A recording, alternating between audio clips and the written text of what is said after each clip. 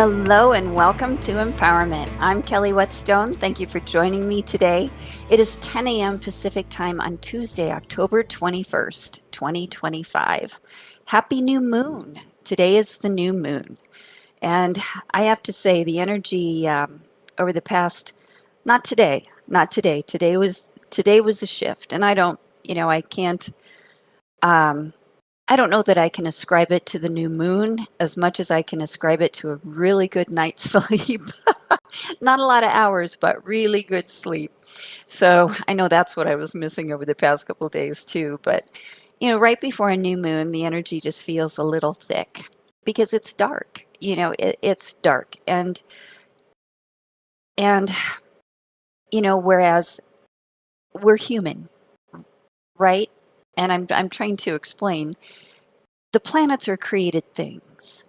And but what people believe about them is what hangs in the air. It's what we navigate through in this psychic sea. And I just think about our way like prehistoric ancestors who, when the moon went dark, maybe thought it was never going to gain light again. I mean, that's fear. That's heavy. That's really heavy.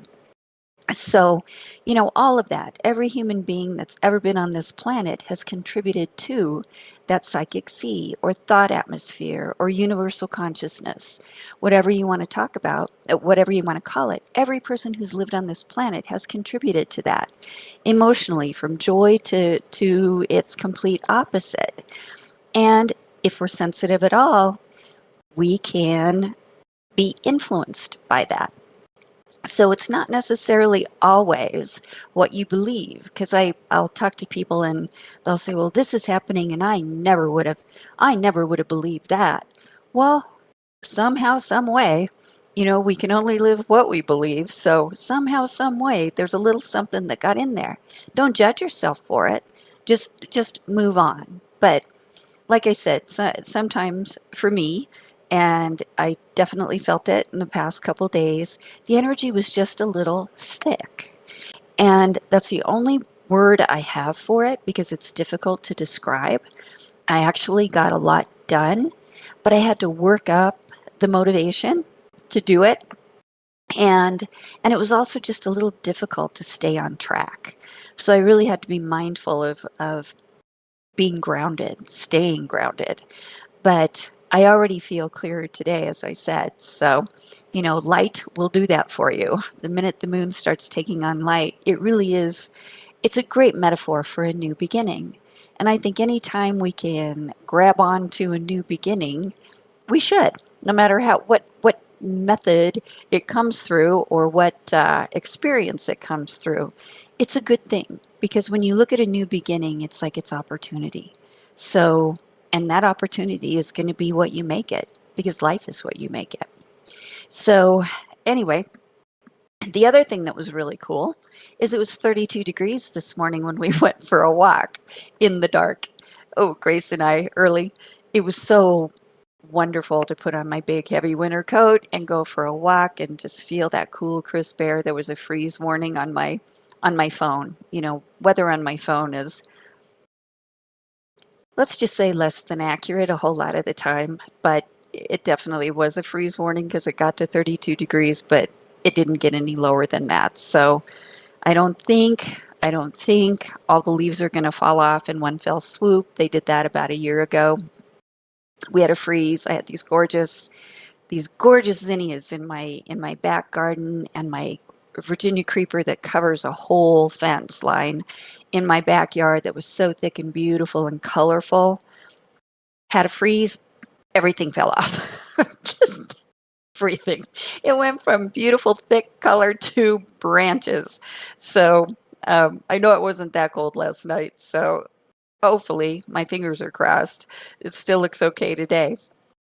But anyway, you are listening to Empowerment. The show is live today on 12radio.com and streaming on YouTube. So if you'd like to join the chat, go to 12radio.com and click chat, and then you can click the YouTube link posted under my banner, or you can subscribe to my channel and just go directly to YouTube. I don't do readings on the show. This is a teaching platform. But if you would like a reading or a healing from me, you can find me every day on one2listen.com. I'm usually available mid to later morning Pacific time into the evening. If I happen to be busy or you don't see me, just schedule a call or put in a callback request. I'm notified immediately and I will get back to you as soon as I can, and I will always do my best to meet your schedule. So I also have my Autumn Abundance 15-minute time-based session available on one2listen.com on my bio page. Autumn, this is the most fantastic time of the year to me. It is a time of harvest. So, it's time to bring things in. And in order to bring things in, you have to be able to receive. And really, the purpose of this 15-minute time-based session is to remove and release the blocks to receiving. We have a history, we have those influences and filters that we've lived with all our lives. We have egos that tell us who and what we are. They're just our person. We constructed them, but at the same time, we believe them. We have self-concepts that are influenced, again, by our filters and our early childhood and education and our experience. So beliefs are not truth. Limiting beliefs are not truth. Any belief really is not truth. But it is true for us if we believe it. So, by moving those out of the way, it just allows us to expand and be open and available to everything. This is a time of harvest. It's a great metaphor for receiving.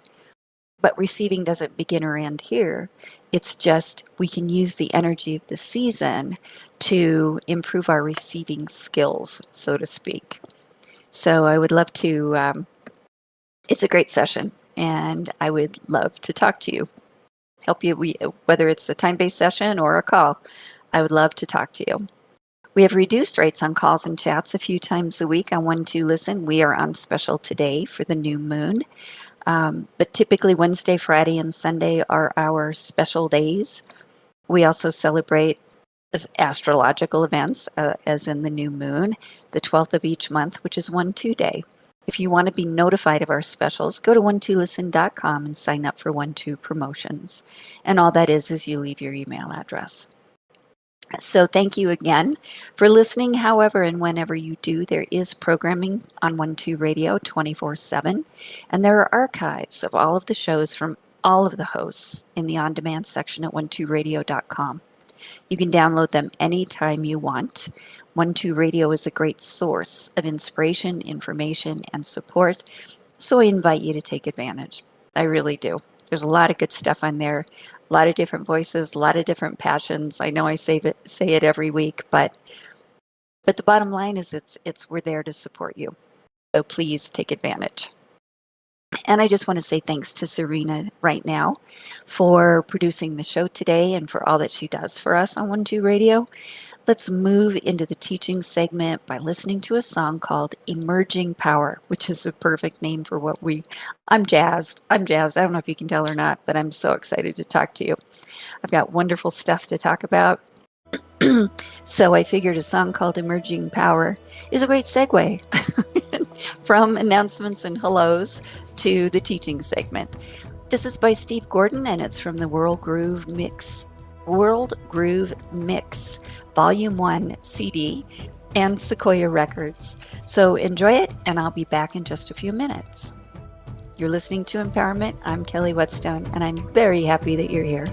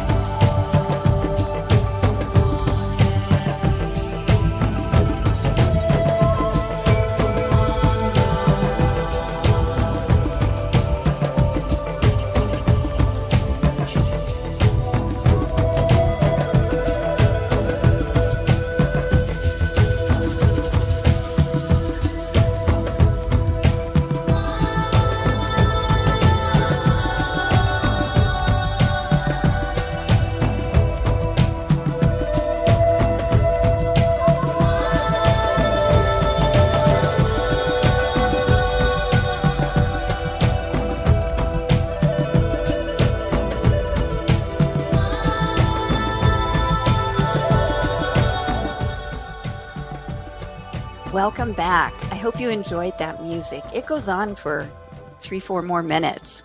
It's just a lovely piece of music. Again, it's called Emerging Power by Steve Gordon from the World Groove Mix Volume 1 CD.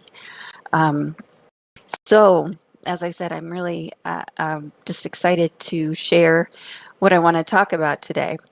And it's just so funny. It's like I've been working on my fall cleaning and worked on it a lot over the weekend and started thinking, oh, I've got a show. I got to think about what I want to talk about on my show on Tuesday and um, get it formulated.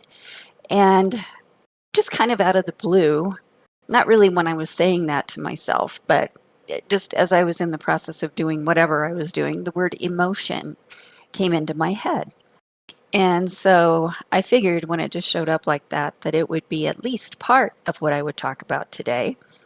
Then yesterday, I'm listening to Mark Husson on Mark's Astrology Hour, and he talked about the difference between feelings and emotions.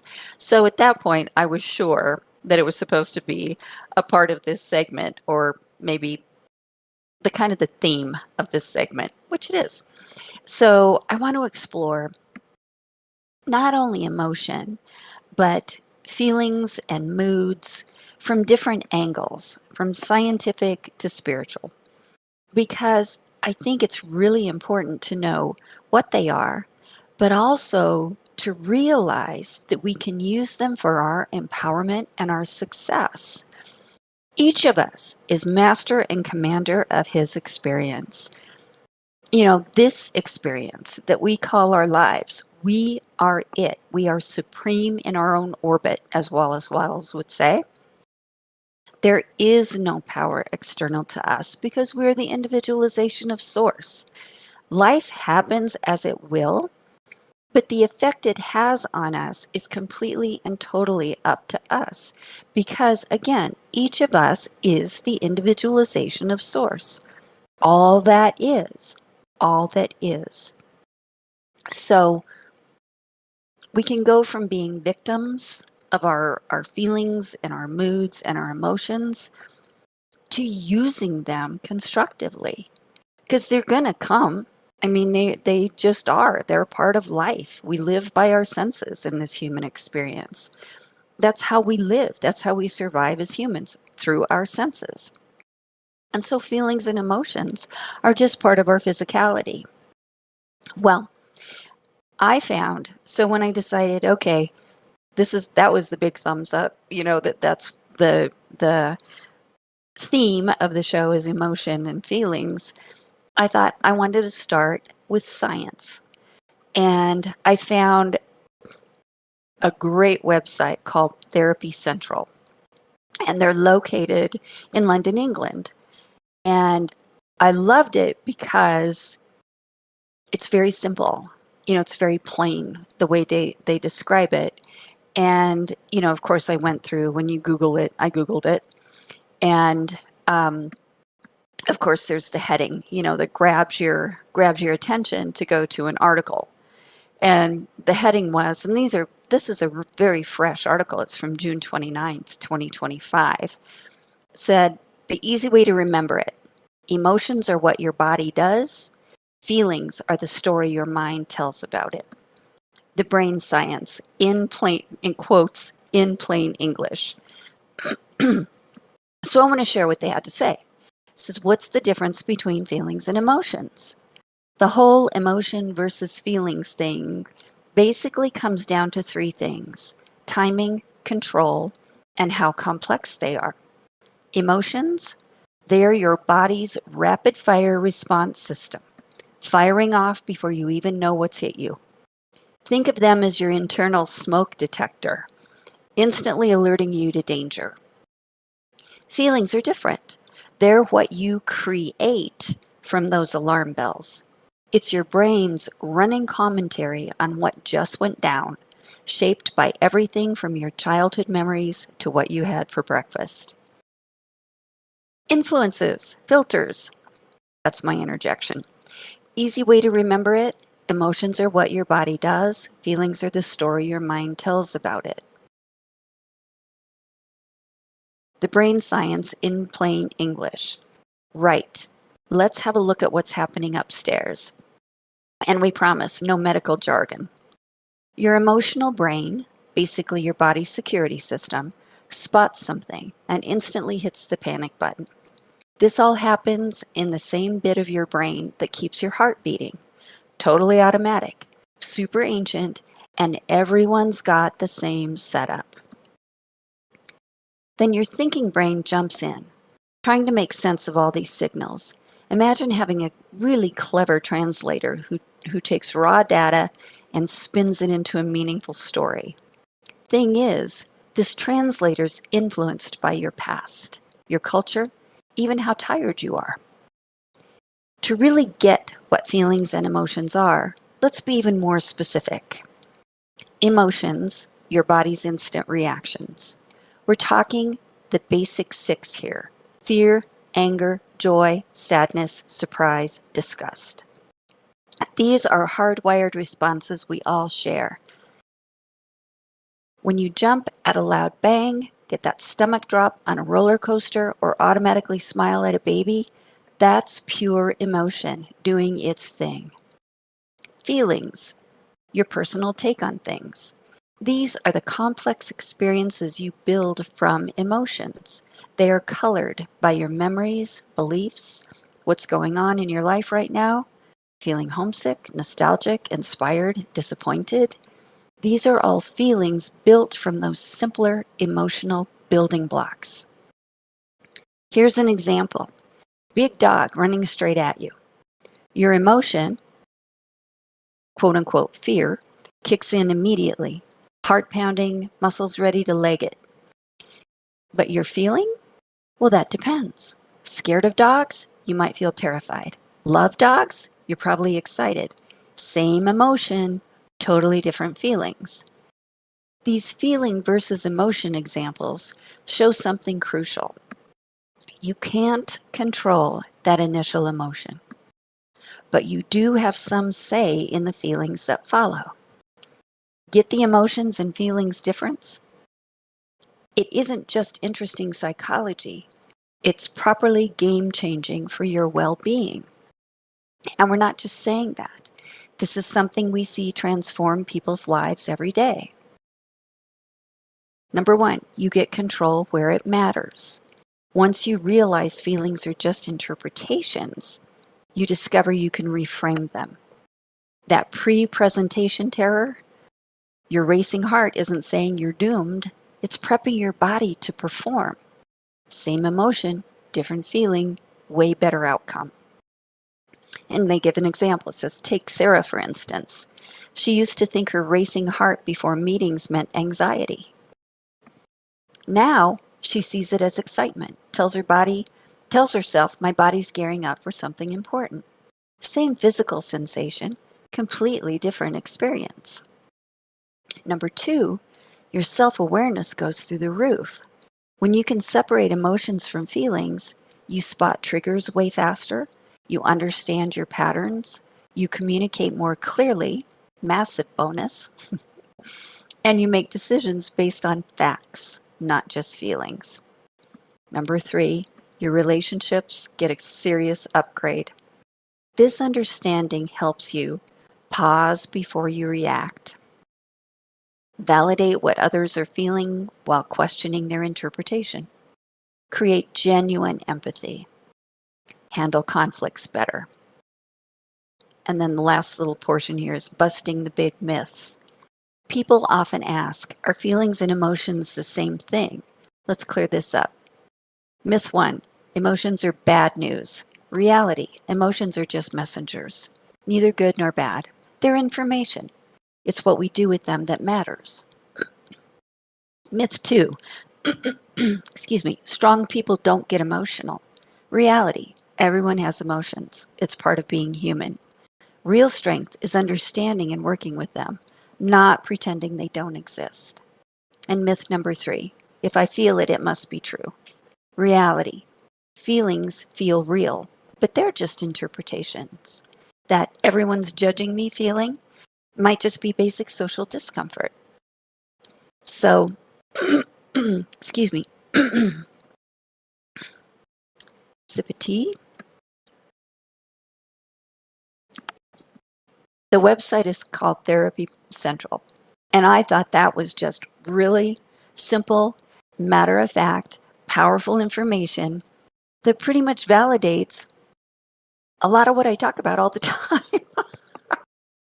So that was great. That was great.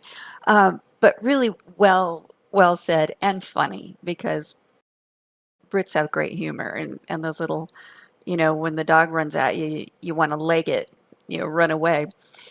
But anyway, I really, really like that. And that's just good.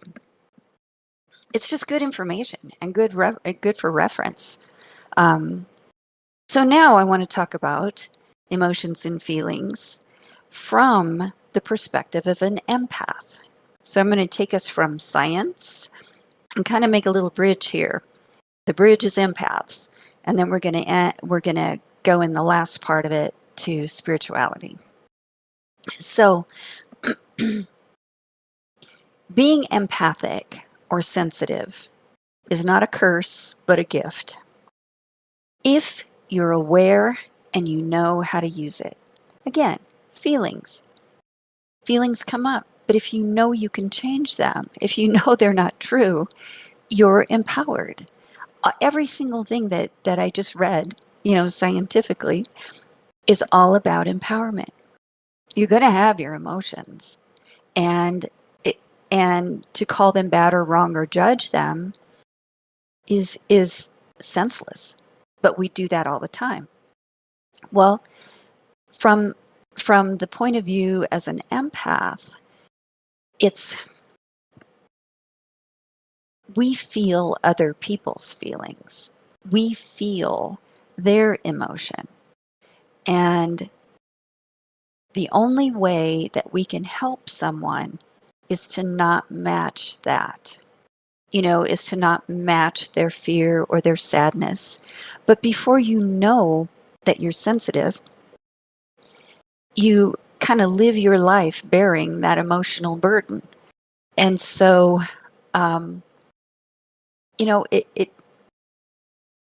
it can just feel like you're run over and a victim. I don't want to go there because I feel really bad by the time I leave. Well, that's because you're taking on other people's stuff. But, I've talked to so many sensitive and empathic people that really do view themselves as victims of their sensitivity. As I said, empaths feel other people's feelings and emotions and can feel the emotional energy left behind, so to speak, in buildings, in rooms, even just hanging in the air. You go for a walk in the park and you've just walked through or walked along a path where just a few minutes ago 2 people had an argument. You can feel that when you're sensitive. It's like, wow, I was doing great. It's a beautiful day. What the heck? I feel like something's hanging on my back now. And it is. And it is. But the thing is that other people have feelings. Emotions stick on walls and they hang in the air. That's how it is. That's how it is. As I said at the beginning of the show, the thought atmosphere that we navigate through is nothing but emotions and feelings of every person who's ever been on this planet. So, it's not going to change. And you have no control over that. But you have control over yourself. That's the only thing you're responsible for, is you and your space. And your space consists of your physical body, well, your chakras, your energy system, your physical body, and your aura. That's your space. That's what you have control over. And from there, you can prove to yourself that you are a master and commander in your own life. So if you're sensitive, you help yourself by managing your space. See, the thing about being empathic or sensitive is when we feel other people's feelings, if they're not good feelings, we think we need to fix them. We think we need to jump in there and help that person to feel better, that that's the right thing to do. Well, you know, part of that, and I'm talking very personal experience and personal realization here. Part of that is you want to help, you want to serve, especially if you're on a spiritual path, which I'm pretty sure everybody who's listening to this is, especially if you're on a spiritual path. But the thing is that everyone's in their own evolution. And whatever that person is feeling and whatever's happening in their experience right now is contributing to their evolution, whether it's good, bad, or indifferent. And the same thing can be said for ourselves. Whatever experience is happening in your life at this moment is for your evolution, because you are continuously moving forward. We cannot go backward in our evolution. We can't stop it. We are the individualization of source, of life, and all life wants to do is become more of itself in, through, and as us and our experiences. We're in that. That is us. That's what motivates us, what lives us. So, trying to help someone to help them feel better is great if they ask you for help. That's the qualifier. If they don't ask and you jump in there and you're trying to make them feel better, you are out of bounds. You're infringing on their evolution, and it's not going to end well. It's just not. It can create situations where, well, I'm just going to use Stuart Wilde's example because it's perfect. He said, if you jump in and help someone when they didn't ask you for help, it's like you're picking them up and you're dangling their feet in the air while you help them. Then when you're finished helping them, you put them down so that they can continue on their path and their evolution, and they're mad at you because, what do you mean I'm on my own? Or what do you mean I need to help myself? You take care of me. So, and believe me, I know after many years of being empathic and what we used to call at the Institute an out of control healer, it doesn't end well because you are out of bounds. The greatest respect we can show other people is letting them be where they are. Again, if someone asks you for help, asks you for, advice, or, to share what please do it. If you can, if you have the green light to do it, but don't interfere, don't infringe, because nobody got cheated on the God factor. Nobody. Every one of us has the same amount of infinite intelligence, infinite life, infinite self as the next guy, because God fills all space. But managing your space, again, here's another situation where we have the opportunity to come back into ourselves and realize that there is no one to change but us.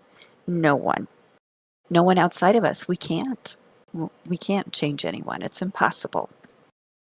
So if you're sensitive, you help yourself by managing your space. And again, space is chakras, body, aura. And you do that, you manage your space by using simple energetic tools that are powerful. You ground yourself. My method of grounding is a colored beam of light from first chakra, tip of tailbone, to the center of the earth. Whatever color feels good. Color is powerful. Color is personal. So whatever you need in the moment, use a color that demonstrates or says to you that vibration of what you need. If you want to be peaceful, if you want to be motivated, if you want to be strong, if you're going out in a group of people and you want to hold your space, what looks like that to you? What looks like focus and certainty, clarity, seniority? All of those things can be assigned a color. Personal color, because color is personal. It may not mean that to anybody in the world. It might be pink confetti. I mean, it can be anything, anything. So grounding, and it's like I have a grounding cord from the tip of my tailbone to the center of the earth. It is completely connected. It is on full release. It's in present time, and you date it today's date. The second tool is pulling your aura in. You imagine just pulling your aura in. Your aura is your energy. It can be all over the place. You imagine bringing it in like your body is a magnet, and you just bring it in to arm's length distance around you. And then you put a strong colored bubble around it, or again, whatever you need for what you have to do, a color that matches that vibration, holding your aura in place, a bubble, holding your aura in place. And then the third thing is purposefully filling your mental, emotional, physical, and energetic bodies with neutrality. Neutrality is the king of kings vibration wise. When you're neutral, nobody can push your buttons. When you're neutral, you see things in black and white without an emotional charge, without being pulled emotionally. So those are power tools for everyone, but especially for empaths. And when I learned them 20 years ago, 2005, it's been 20 years, I have used them every day because they changed my life. Because I was just all over the place, because super empathic and just unhinged. And I don't mean I had mental problems. I just mean I was ungrounded. So they really were a game changer for me, total game changer for me. So, and here's another basic rule that's helpful. And this is just for everybody and anybody, empathic or not.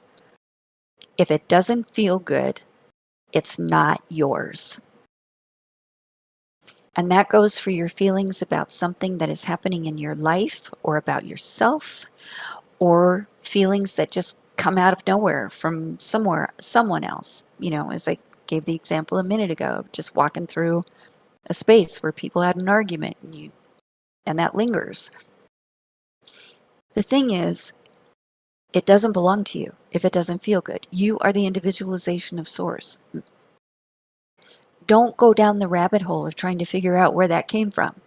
Don't, because that just empowers that feeling and expands it in your experience. Instead, offload them immediately. You can do that many different ways. I like to sacrifice them. I sacrifice them to the void. I just sacrifice every feeling, every emotion, every thought that is not in alignment with my best interest in the moment. I sacrifice it. And I like that because what I'm doing is same as casting the burden. You are sacrificing it to source, casting the burden on the Christ within, where that thing cannot exist. It cannot exist there. But when you do that, you feel it leave you, and that's important. Another great tool for releasing emotion is you can imagine just a bubble, an energetic bubble, and you allow that bubble. I put my bubbles on vacuum because why not? It's the extra mile. You imagine an energetic bubble that just pulls them out of your space. You imagine sending them, the bubble pulling them out of your space, wherever they are. If it's in your head, things that are thought loops, negative inner conversations, if it's in your gut, your heart, whatever. Aim the bubble where you feel it and let it pull those out. And then you send that bubble out into the sky and you disintegrate it and its contents. And you feel that. That might sound silly. That is a very viable tool and it works. And you just keep doing it. If it comes back again, feeling comes back, because feelings do come back, you didn't fail. You just send it out again. And that empowers you. because you feel a difference. So you know, this is up to me. It's up to me to feel bad or not. Yay! So you send it out and you disintegrate it. And then you reground, because chances are, if you get caught up in a feeling, you've lost your grounding cord. You don't feel grounded. You just drop another one. Have a new grounding cord. It's blue, completely connected. And fill in again with neutrality. Just bring that beautiful neutrality in from the top of your head down to your feet, chakras, aura, cells, mental, emotional, physical body. And move on. And you just keep going. Be in life. This is how to be in life powerfully and empowered being in life. I think those are two different things. Anyway, now let's talk about the spiritual aspect or talk about emotions, feelings, and moods from the spiritual standpoint. Feeling is incredibly important in our spiritual lives. Practicing the presence of God is getting quiet, listening for the still small voice, just in your own being, sitting, breathing, being in the moment. And the thing is that the still small voice isn't necessarily a voice. A lot of times it's a feeling, a shift in your space, a shift in your consciousness. And that feeling is the movement of spirit within our consciousness. When the word emotion showed up for me, the first thing I thought of was Irvin Seal and his book, The Great Prayer. If you have never read that book, Dr. Irvin Seal is a New Thought teacher. He was born in 1909. He died in 1990. And he is one of my favorite New Thought authors. Well, his book, The Great Prayer, is an esoteric interpretation of the Lord's Prayer. And it is very small. You can read it in, really, if you just read it, you could probably read it in less than an hour, but you can't metabolize it in that length of time. I couldn't tell you how many times I've read that book, but I'll tell you what, yesterday when I pulled it out to get my notes together for the show and share it with you today, I think that was a great part of my healing and getting through kind of that thick energy I was feeling, because it is powerful, and just a wonderful book to have to pull out at any time. And there's so much, it's a gold mine. It is an absolute gold mine. And a couple of years ago, I taught a series of three classes on empowerment, 3 teaching segments using the Great Prayer as kind of the foundation of them. But before I start with what Dr. Irvin Seal wrote, I want to give you a quote from Stuart Wilde that is always in my consciousness. We are not our bodies, our minds, or our emotions. We are eternal, immortal, universal, and infinite. And what we are has beauty and strength. Dr. Seal wrote, "Thus man and God are one. Man is the form of God. In the Bible, the formed world is called the Son who testifies of the Father. The awareness that you are, your consciousness, is the Father, and that which you are conscious of being is the Son bearing witness of the Father. The Father is the impersonal presence of life, capital L, equals I am. This impersonal presence begets many sons.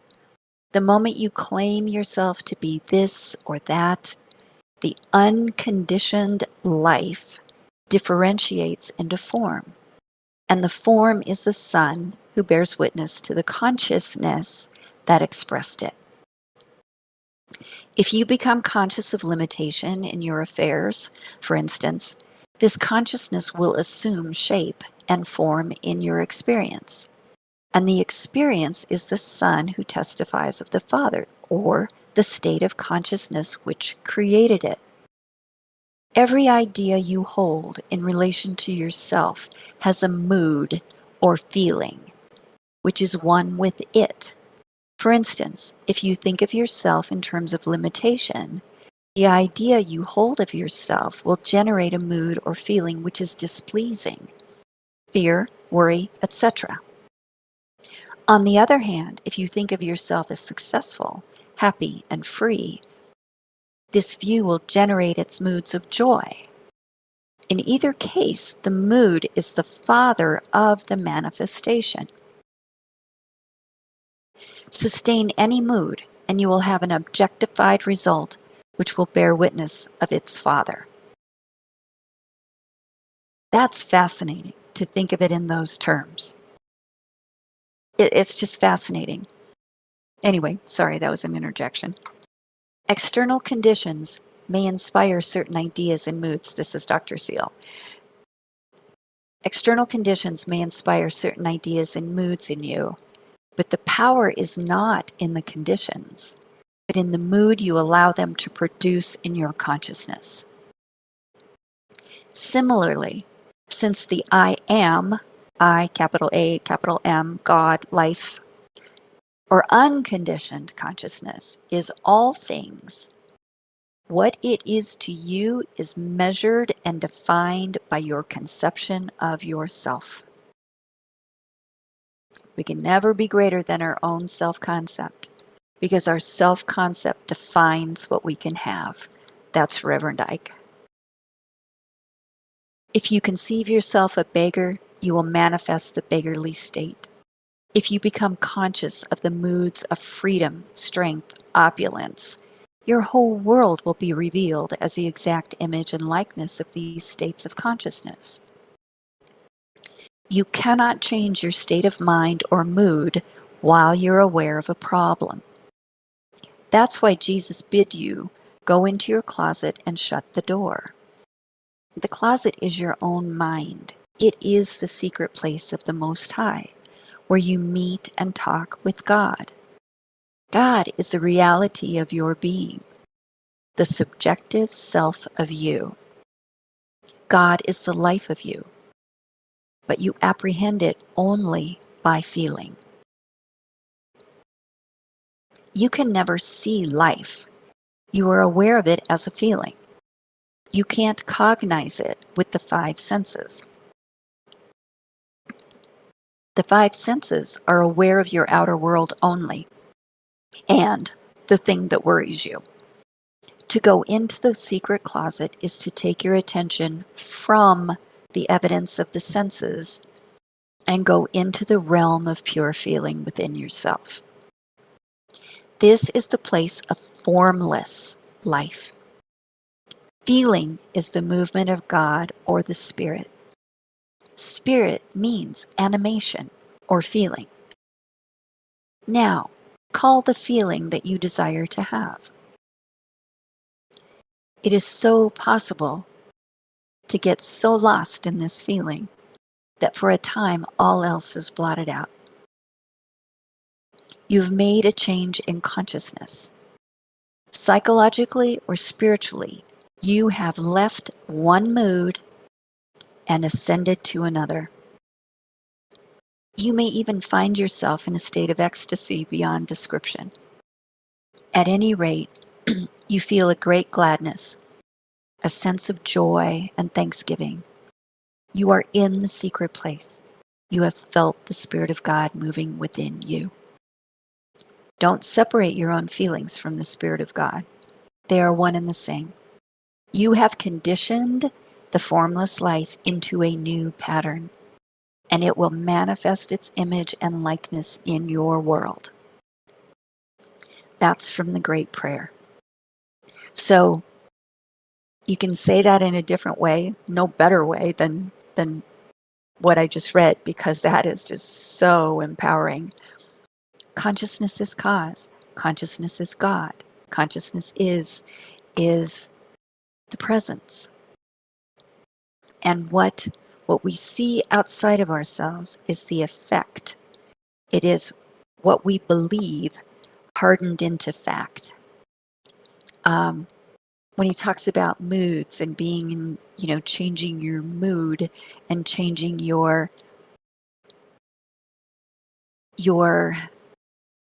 sense to what you want, to conditioning the formless life into a new pattern, it reminded me of Neville. You know, he says, you wear the mood of the wish fulfilled until it becomes natural.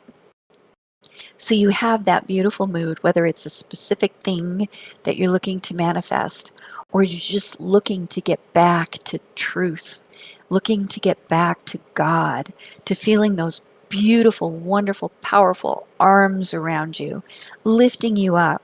I mean, just to go into the silence and practice the presence and all of a sudden feel a shift in your consciousness. That's healing. And sometimes for me, it just feels like a wave that goes from the top of my head down through my body, and I'm different. I'm different. Something was bothering me. It's completely and totally gone. So I want to just end with one more thing from Dr. Seal, and I need a sip of tea first. In an essay of his called Emotions We Live By, he wrote, "If one manages his feelings, he will manage his world." Essentially, our whole life experience is a feeling thing. Any event or situation is what we feel it to be. Everything reduces at last to what we feel about it. We can be hurt or pleased. We can love or hate, be assured or fearful. And if there's not insight or point of control, then we are victims of our moods and mere flotsam and jetsam upon the ocean of life. Emotional sovereignty is the great and wonderful thing, and we can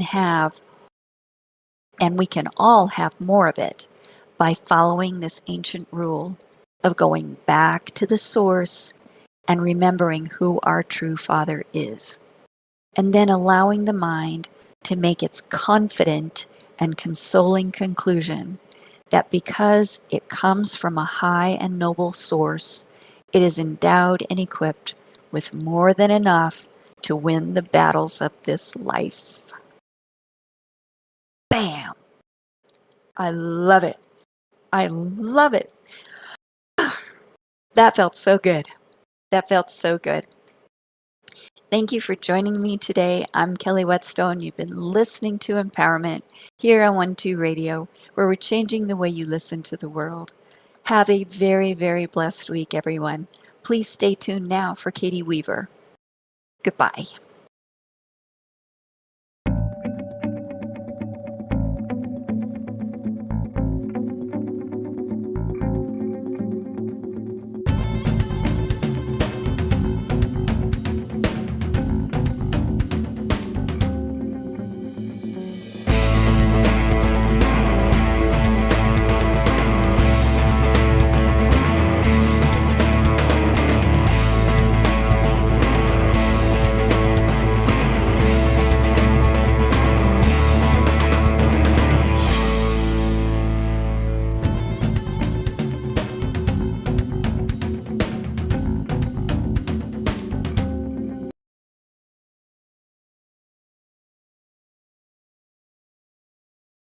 Wow. It did. It really did. Oh, oh, and I thought it was a good circle. At the end, it was the end. Oh, that just cracked me up. I mean, that honestly, it cracked me up. And the way he explained it, though, was kind of, I have to go back and listen to it because it sounded like the opposite of what I read, the opposite of emotion happens and feelings. But I'm sure it wasn't, but it was just kind of, it's like, really?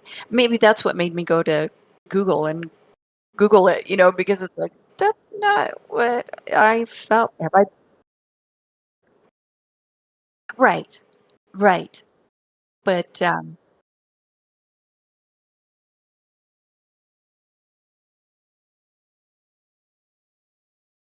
mhm, mhm, mhm. Well, and we don't know. We we don't realize. And of course, the associative mind is going to jump in and interpret everything. And that's exactly what that is.